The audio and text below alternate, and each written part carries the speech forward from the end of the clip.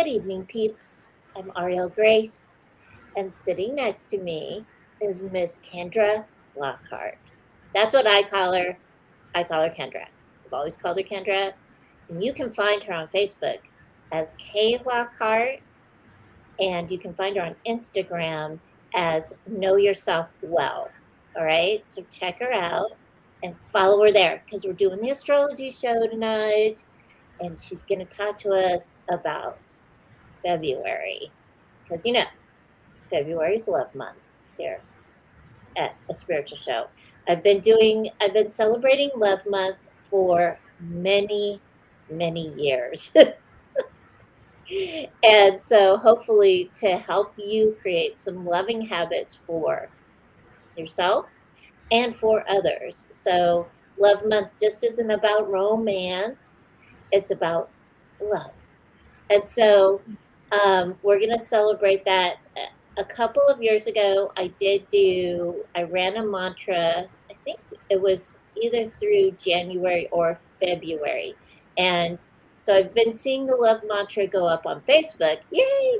And so I want to remind you that the love mantra is love, love, I am love. And if you're just beginning for the first week, put a timer on, get your phone, 1 minute. The second week, 3 minutes. Say it for 3 minutes. The third week, say it for 5 minutes, and keep adding minutes as the year goes on. Because when you say this mantra and you start really getting into it, you can break down some shields or break down some stuff around your heart and help that heart chakra open up. Okay? So, love, love, I am love. For the beginners, 1 minute for a week, 3 minutes for the second week, 5 minutes for the third week, 7 minutes for the fourth week, and so on. And keep doing it because as you do it, as I said, it'll break up some of those goo and cooties without you working really hard at it or even judging it or any kind of other stuff about it. Okay? All right. So that's the first love thing. All right. So the second love thing is this. A couple of years ago, I think 2 or 3 years ago, I was doing flower shows, what the flowers mean. So if you are a romantic person and you want to give your honey bun some flowers this month, tulips are a good flower to give. We'll have different flowers, but tulips are the good flowers. The pink ones are the best ones, and they represent perfect love. All right. So they are great for people that don't like roses, because I've noticed that there are people that don't like roses. Okay, so if you want to give something besides roses, tulips. So here are the other things for the other like virtues for the other colors of tulips. So red tulips are passion.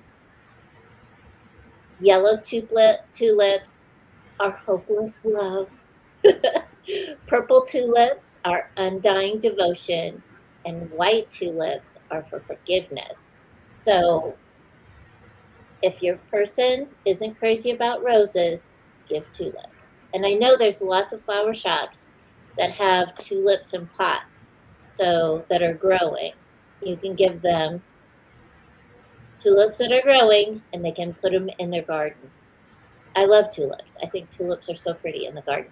Okay, so, and they are a bulb plant.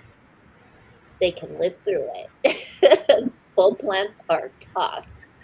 All right. So the birthstone for February is amethyst. Oops, there it is. This is what an amethyst looks like. Okay. They can be darker or lighter, but it's amethyst. So if you want to give amethyst during February, this is a great stone to give. It's a great stone because if you wear it It helps alleviate stress, and it helps alleviate like mental stress. Hey, Rebecca. So for those people that have headaches, you can give them like an amethyst pendant, and that will help alleviate some of that stress so that their headaches aren't so okay. Amethyst does other great things as well. It's known as the spiritual stone. And people used to carve these and put them in, carve amethyst for their sacred objects. So you'll see a lot of goblets, ancient goblets that are carved from amethyst, right? Okay. Here's something that I would really love for everyone to do, especially if you're inspired to do this. So the reason why I ask for love stories during February is because it gives people hope. It helps uplift them. It helps them, instead of looking at the past, they start looking towards the future, because that's what hope does. It inspires us. So if you have a love story that you would like to share with us, please send it to agangofgirlsinc@gmail.com. Now, they don't have to be romantic. They can be stories about romance, friendships, family, pets. I even had one guy send me his love story about his guitar one year. And I talk up chocolate like nobody's business during Love Month. So, because I have like a great love for chocolate and coffee, they are my favorite things. Absolutely. I'm so grateful they're on this planet. So, if you have a love story you would like to share, please send it to me at agangofgirlsinc@gmail.com, and we'll share it with everybody. It'll be very fun for us. Okay? All right. So, I also want to remind people about the psychic tip of the day, because a lot of you keep asking me things that I've talked about before, and you can go on YouTube and check it out. The psychic tips, they have their own playlist. You can check out the psychic tip of the day playlist. They're not very long. Some of them might be like 10 minutes long, but mostly I try to keep them at 5. So check that out. All right. So happy birthday, all the Aquarius people. Yes. All right. So it's February, and Kendra is going to walk us through February, astrologically speaking. All right. So get your pencils out, your pens out, so you can write down auspicious days to keep track of your calendar month, and like when to make good decisions or when to not make some decisions. Okay, because we've got some things happening in February, and I was looking at it, I'm like, oh boy, this could be fun. So as I said, you can follow Kendra at K Lockhart on Facebook, and you can follow her on Instagram as Know Yourself Well. All right. So you can friend her, get an astrology report done, because astrology reports can help you map out your year. So when you decide that you're going to do something, you'll know when to do it, and it'll be like the best. Right? Right. All right. Secret to my success. The secret to my success. That's hey, I know like my birthday month and June are the best months for me to publish. And so that's when I do it. You're in your element when it's your birthday month, and June is Gemini, and Gemini rules communication and words, literature. So not surprised. And that's the good thing about astrology, is it shows you that all your little correlations aren't just superstitions. It's a timing game. You don't plant your garden in winter. It's not auspicious. So approach it a little bit like your own personal almanac is what gives me fun, and everyone's a different story. I am having a renaissance around my career because the planet Saturn is coming through Pisces and is cleaning up all the la la land in my life. And Oh, many people's lives, yeah. Saturn is spending 2 years in Pisces for everybody, but where it hits my personal sector of life is my career and my visibility. So thank you, Saturn, for coming and refining and taking away all my little baby toys and giving me real tools. The big girl stuff. Hey, Mom. Hey, Mom. Well, why not? Hey, that's my mom. That's right. All right. So here, let's lead with the really great news.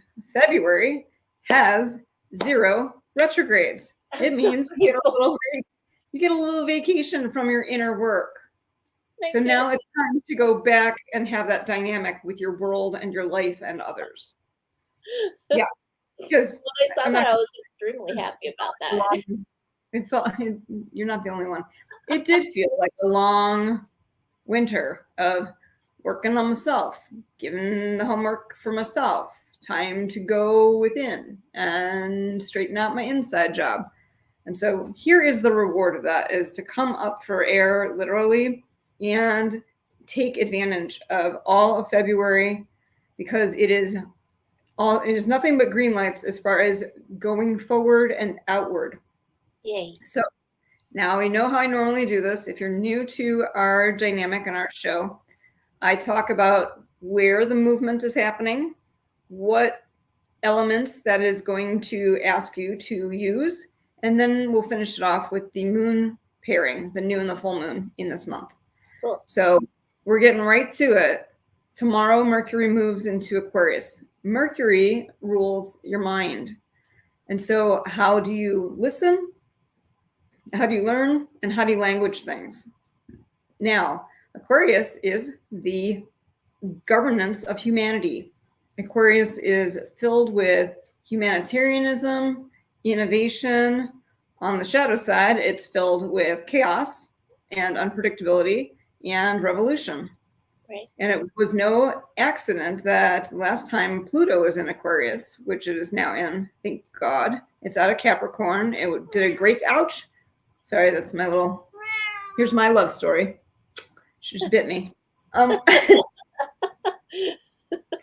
I was saying, Pluto in Aquarius, the last time that came through, and it is a 240-ish year cycle. Yeah. So we don't always get to see it move in our lifetimes like this. But the last time it was in Aquarius, we broke away from England.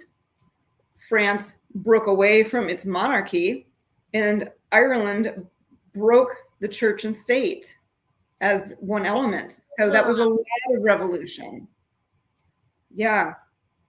Okay. So I want you to know that revolution is a messy solution. It means things are really, really at the breaking point of dysfunctionality.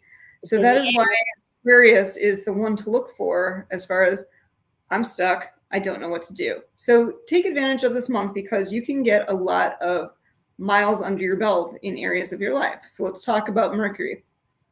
Time to come with things in the mindset of a broad brushstroke. This is a time for inventiveness. If you want to do something different, this is exactly the placement that you need that to have the most ideal outcome. For example, I have decided through one of my spiritual teachers, she's doing a self-love boot camp, and she's doing it through shadow work. Okay, that's a little eccentric. Normally shadow work makes us feel like crap about ourselves. But she says, no, do the shadow work around self-love and you'll feel awesome. I said, all right, let's get eccentric in that direction. So that's what I'll be doing with my mind for the next 7 days. I think that's kind of cool, though. Yeah. You know what? Any other time of the year, I would be risk averse. I'm very tenacious. I am very ambitious. I'm very creative. I am not dangerous. I don't play loose. So this is a fun break from my normal conservatism to go into something a little more untraditional, which is the invitation of most of February. Right. Well, and if we look at, like, today I went and looked at the news. Wow, I haven't looked at the news in a while. I'm like, Oh, wow, it's in the air, revolution. All right. Mhm. Let's watch and see what happens. It is. And it can be fascinating. Normally, the Grammys are later in the year. They're in Pisces season, but they're in Right. Aquarius season right now. So I'm expecting a lot of unpredicted wins. I So am less. too. That would be really fun to see some really unpredicted wins. Hey, Kim. Yep. Normally it is normally the Super Bowl falls in Aquarius season as far as major cultural phenomenons or events or ceremonial things. So that's going to be fun too. I think the Super Bowl is next week. Mm-hmm. Yeah. Yep, right on top of a new moon, right on top of Year of the Dragon, Chinese New Year. Like, all right. So, safe never is. So don't make any safe bets because you're about to have your apple cart tipped. I don't even know who's playing the Super Bowl. Who's playing the Super Bowl, guys?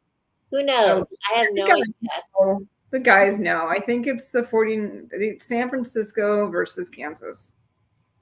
San Francisco versus Kansas? Yeah, I think it's the 49ers and the Chiefs. I know I'm 50% right because I can't get away from the media around a certain tight end. Okay. But yes. But, in the vein of athleticism, competition, battle of types, Mars on the 13th is also moving into Aquarius. Yes.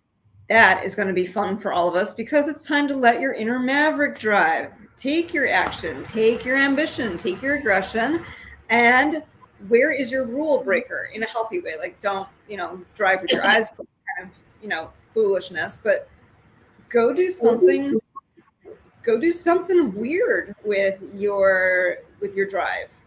I'm going trusting, again, you've heard me say I'm not a big daredevil, I'm not a big risk taker. I am flying next weekend to Boston to meet my stepmom for the first time in 12 years. She obviously divorced my mom's new husband, but I still refer to her as my stepmom. We have only had a digital relationship for over a decade.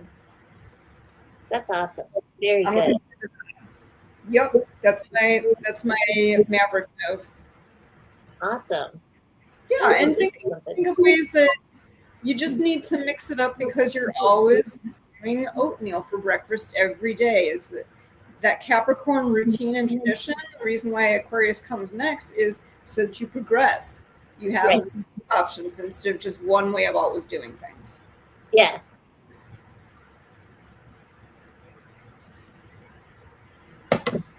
What is a stellium? A stellium is when three... I've always wanted to ask you that. What is a stellium? Because stellium is usually degree-based. It doesn't always have to be sign-based. So let's say you have a division between two houses and two planets are on one side and there's one on the other. That can be considered a stellium too. It is an amplifier of the governance of that sign. So on the 16th, Venus moves into Aquarius. Now, depending degree-wise where all these are, the tighter they are, the more it's a stellium. If they're just scattered, you just have a grouping in that sign. But with Aquarius going into Venus, it's time to get a little more cosmic-minded in your wealth and your worth, which makes me happy. So go ahead, buy some stock, play a market, be a little adventurous. Like, I always get the name wrong. I forget what they named the character in Monopoly. The little guy with the top hat. The Monopoly guy, the guy that walks around. Yeah, the one who's on the board. And, I always just call him I always thought his name was J.G. Wentworth, but that's actually a financial consolidation company. So, no. He could be G.G. Wentworth. That's okay. Nice. Money bags. So just treat yourself like get weird with it, get creative and innovative. Is pretend that you are a person of wealth. What would a person like that make as far as decisions around love and beauty and value and money? Go to the bank, see what kind of promotions they're running for the month of February, because it's 2 months away from tax season and everybody has focused only on what's owed, not what can be gained. So get opportunistic, which is one of my favorite words, and it's a virtue I live by, is where's the opportunity in this? Yes. Because it's not what it seems. It never usually is. So I'm asking you also, one of your values can be refresh your community. I just went to a girls' brunch, and normally I don't say yes to situations like that. Right. But I was getting the winter crazies up here in Chicago, and I decided I need to get out of the house and I need to meet new people because they're going to say things that the people I know won't. And so I can't predict these conversations. And I brought my good friend, my piano coach, and she had her eyes opened being in a room full of singers and professional musicians. And now she's got new ideas. She's new in town, Milwaukee. She's got new avenues that she can explore for extra gigs and jobs and income. So That's be like us. Right. You like Hey, it's always fun to do that. Mom's buying lottery tickets. What are you all doing? I'm going to be taking a tour of all the metaphysical stores this month. I decided that I'm going to do that today. So I'm going to go, I'm going to put my lipstick on and like go and tour all of the stores. Like I've already mapped them out. I'm doing an inner backflip around this. This makes me so happy because I know I know your residency in North Carolina is going to have much more visibility than the Florida one. Oh, I love it here. It's like so peaceful here. Mm-hmm. Like very peaceful. You're on my list this year as far as visits, so good. Yeah. Yeah. And I do love this is love month. We were talking about it before, is people who are either my astrology clients or my astrology students say, what a strange month to have a holiday around love. It's not just romantic. And I go, it's because romance is romantic. Love is many, many, many things. And absolutely. One of my favorite stories in the world is when Jesus was, it's like, so I turn it into comedy because it's very human. And, we're also human. And his disciples were so egocentric and trying so hard to have the ego death with the master. And the master just had to maintain his own ego death to shepherd these little, but at one point they were asking him, they're like, do you love us? Do you really love us? And he said, I do. But he answered it with two different flavors of love. They kept saying, are you passionate about us? And he said, I am fatherly with you. And so think about the types of love that you get. You have platonic love, you have friendship love, you have marriage love, you have dating love, which can be weird. Speaking of unpredictable, yeah, that can be find out more what you don't want than you do. Right. And then, and then of course there are the moments of love that are generated through things like forgiveness. That's a type of love. Compassion, understanding that somebody is unnecessarily suffering. One of the girls at the brunch, her husband said, I don't feel well. We better go to the hospital right now. He got up and that was the last thing he said. So you never know what is going to come of the next breath you take. And that happened to be his last one. And it was my job to have compassion for her simply by listening with care. Right. And recognizing that she is working through being shattered. And so it is a love month. And I haven't normally celebrated it, or at least I haven't thought about celebrating it by ceremonializing it or ritualizing it or doing some sort of rite of passage around it. But one of the things I am doing is I'm doubling down on getting those workbooks published. So I will be calling you, of course, as you are very seasoned in that art of publishing. But it's my love letter to the world is I have dodged more bullets. I lost count, hundreds, thousands. My good life choices rate has got to be in the 90% or something like that because of astrology. And I do want to make this point because it is the Mercury in Aquarius that I want to honor. Contrary to popular opinion, Astrology is not new age. It's been around since 1950 BC. Yes. Multiple cultures have used it. Multiple. It has been in Mesopotamia. It has been in Babylon. It has been in Greece. It's been in the Roman Empire. It's been in medieval England. This is not tarot, which is a 1500s Renaissance-y situation. Right. It is not numerology, which got its renaissance in the spiritualism movement in America in the 1900s. This is old as crystals. This is old wisdom. And we're doing it in modern times. Right. So that's why I geek out. I get so excited at the first of every month that we're doing this show, because it's an opportunity to give it away and have people make ease and grace in their life. Well, understanding it is, it has not been my focus. It has not been my focus. I like listening about it and having an understanding about it, because a lot of what I see and a lot of what I work with is energy. And so when I am able to like connect how the energy is flowing to an astrological event, then it just helps, back each thing up. So I do want to say this though. This book, it's called Angelic Invocations. It's by Rebecca.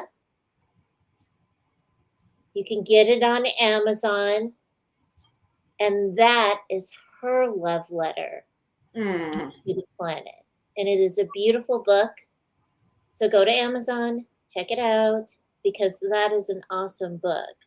And you'll find that when you read it, it's all channeled messages from the angels and from Kuan Yin, and they're all like beautiful pictures that she has taken.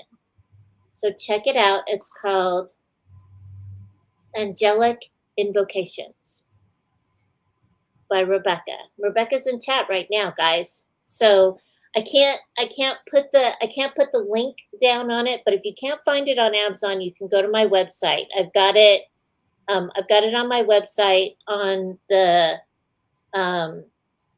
spiritual show tab. So you can check it out there. I just remembered, since we're talking about love stories, and your workbooks are your love letter. This is her love letter.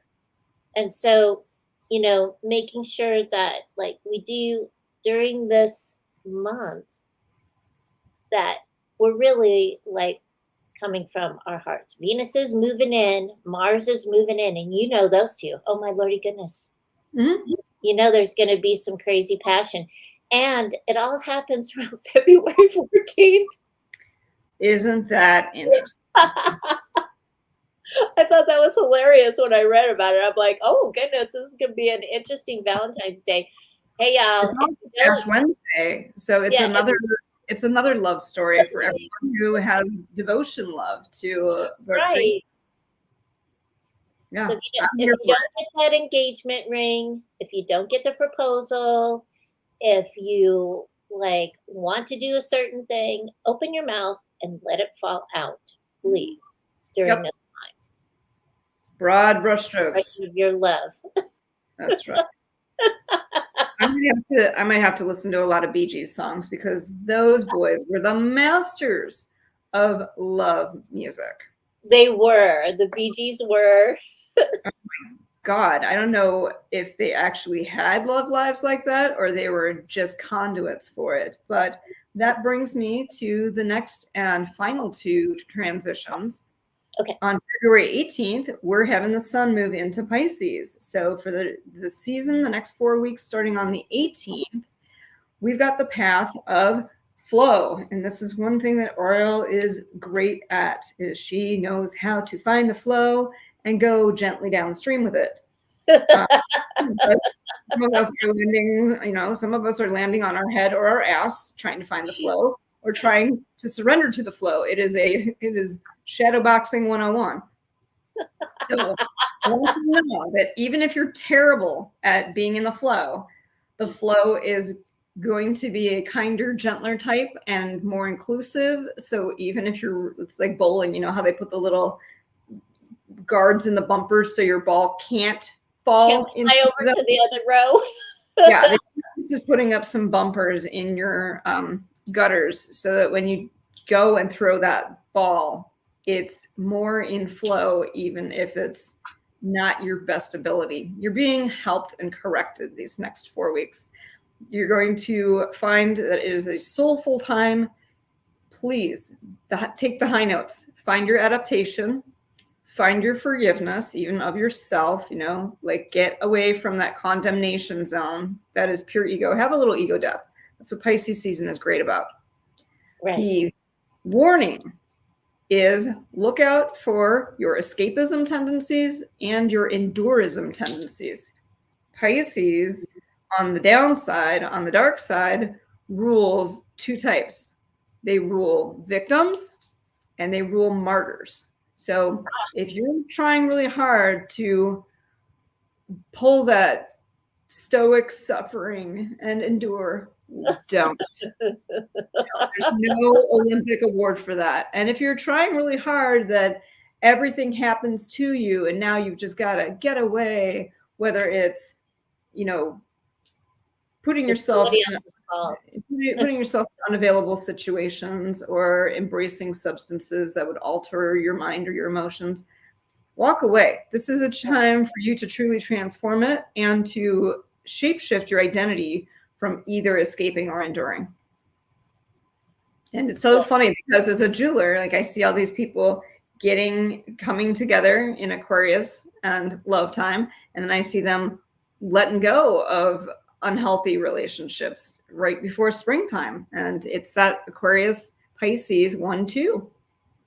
Right. That's why it's a progression.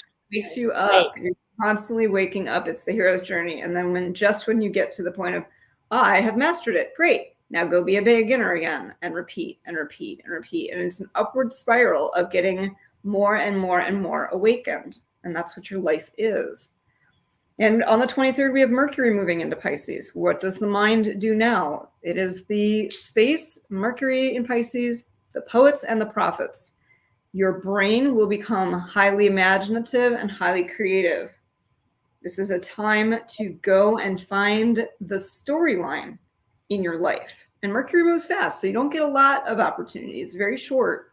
But these are the moments where you can look back and make sense of all of those weird data points and misadventures and see how it's all actually turning out the way it's supposed to. And then you can exhale because Pisces loves the big picture. They're not so into your details. They're more, and I'm a Pisces. I'm notorious for cut to the chase, get to the point, land the plane. I've even, with one of my friends I'm allowed to be more irreverent with, we were stuck in somebody's big fat storytelling to finally ask us for help. And I just looked at my friend. I said, are they serving snacks on this flight? And he knew what I was saying, but he's serving snacks on this flight.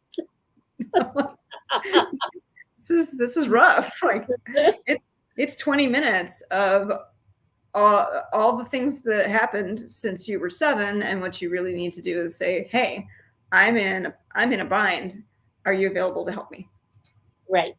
So, exactly. Yes. That is not the time to tell your story. There are times for that, and we'll get to that season later in the year.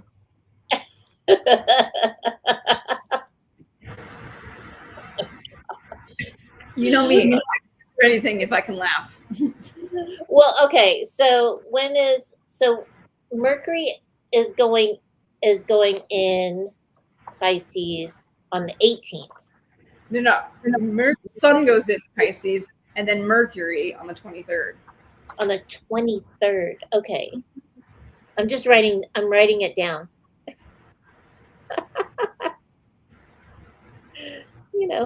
Just for reference. Yeah. So not only do we have we have planets in we're moving out of our physical selves, we're moving out of our emotional selves, we're moving out of our mental selves, we're getting up in that soul body. And that's, you speak of energy. That's where it's really at. That's where you can count on things happening and manifesting and aligning. Is you've crossed over, you're now in an altered state. And that's why, that's why even if it's winter and I'm getting the winter crazies, it's because I can feel that energy getting higher, and we're so close to spring. Yeah. Yep. And if you think about Aquarius, other weird holidays, it's pretty weird for Groundhog Day.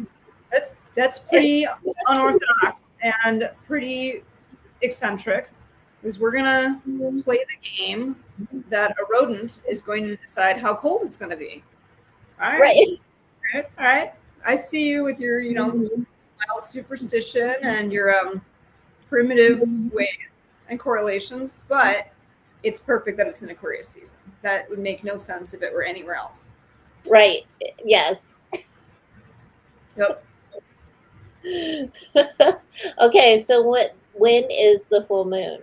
So let's talk about the moon cycles, and they come as a pair. It's like salt and pepper travel together, was the little rhyme I grew up with. Yep. It's seeding and sowing, or growing and going. So the new moon is when it's your time to take it down, put it in the ground, nurture it. So we have a new moon, which is going to be right on top of the Chinese New Year on the 9th.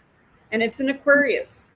Lots of Aquarius. Everything's stacking in Aquarius. It's a busy month as far as all of our personal planets are. The personal planets are the ones from the sun through Mars. Those are the ones that affect you as an individual. There are a few more that affect your life, and then the last 3 affect the collective. So with the new moon in Aquarius, I want you to take that wild idea, and the more it sounds, the more I want you to map it out and take just one step on it. Let's not try and eat the whole burger in one bite. Let's discover it, explore it, play with it, initiate it.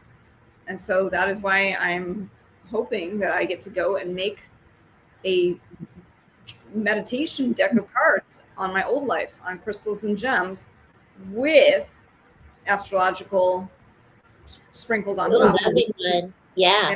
And I'm making it with my Aquarius friend. She's a brilliant graphic designer. So normally I would not do something like this. My normal self would say, it's been done before. There's so many out there. Like, whatever. I'm doing it for myself. It's the deck I can't find, so I'm going to make it. Right. I know. I'm thinking about doing a numerology deck. Mm-hmm. So, just numbers, no pictures. Every conversation I've ever had with jewelry falls into one of 2 areas. I get the people who come to me and they want the facts. And then I come to the people who want the folklore, the metaphysics, like what we're talking about. And I thought, why not put both of them through astrological language on the back of the card? And I picked my 35 favorite crystals, and I'm going to have a blast with this. So that's going to be my new moon. Got to reach out to Kaz and go, we start now. Right. Moon time. Right.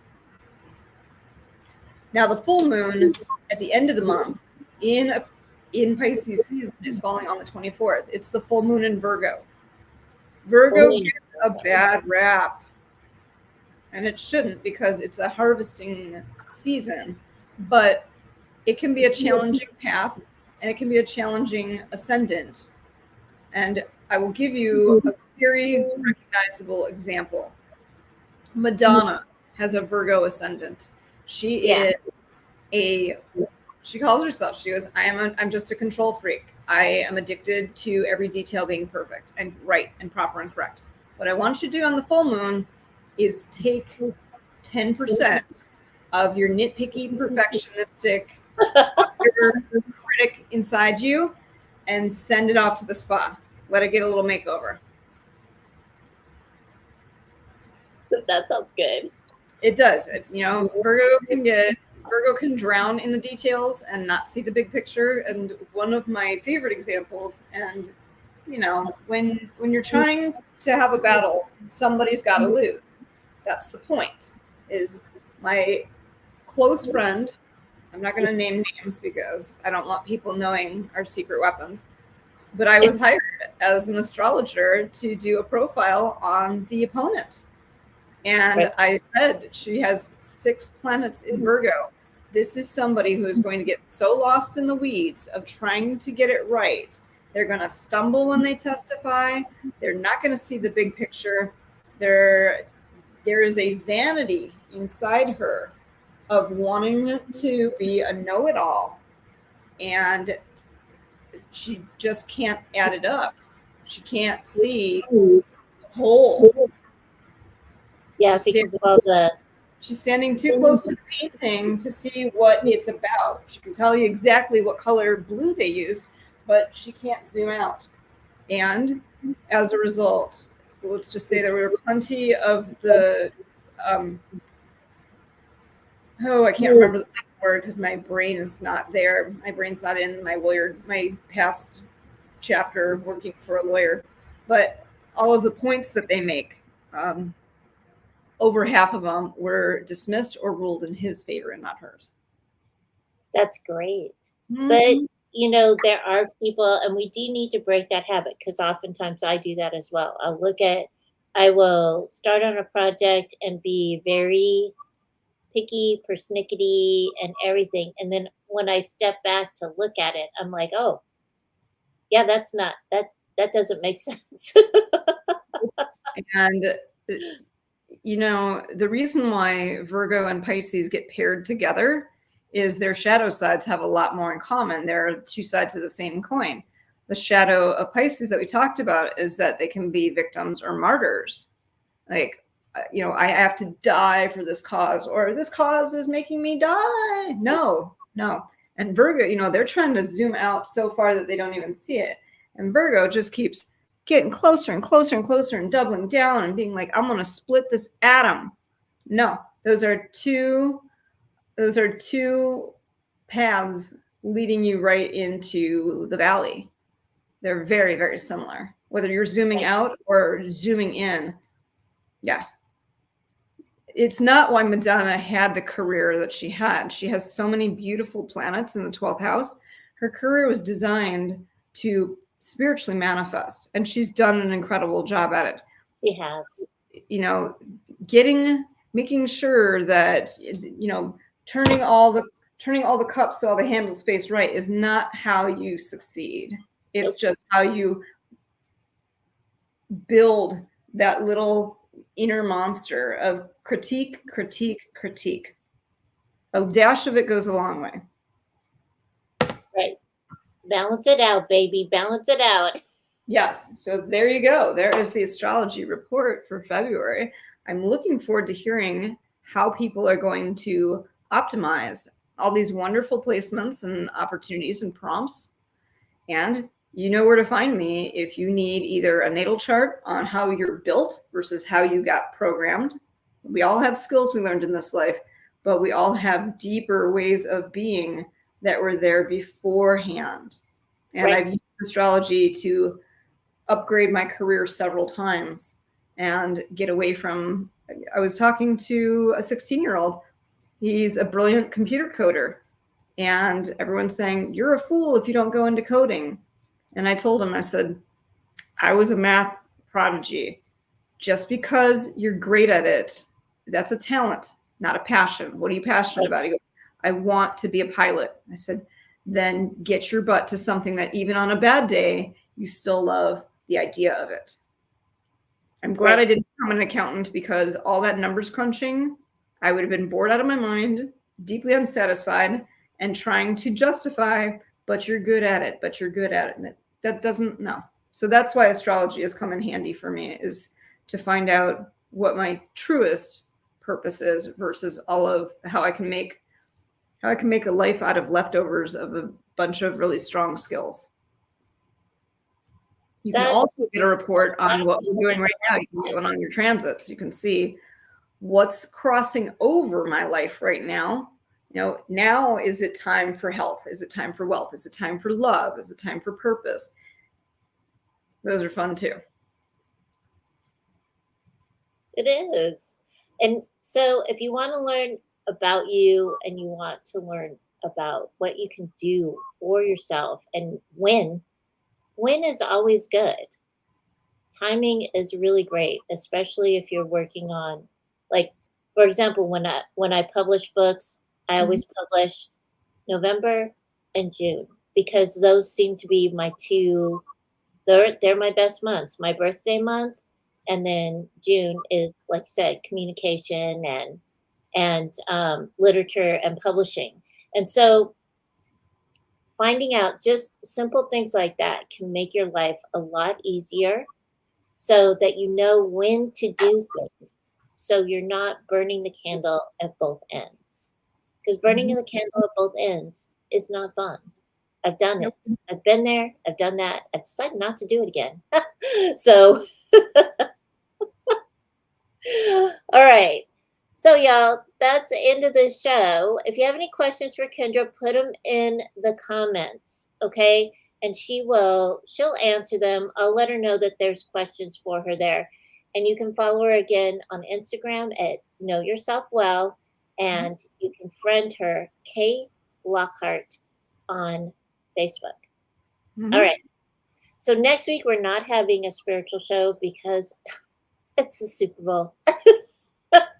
But the week after, Melinda Carver is going to join me for one question readings, and it's going to be very fun for us. So look for that, and have a wonderful couple of weeks.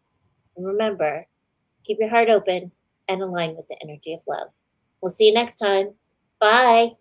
See ya.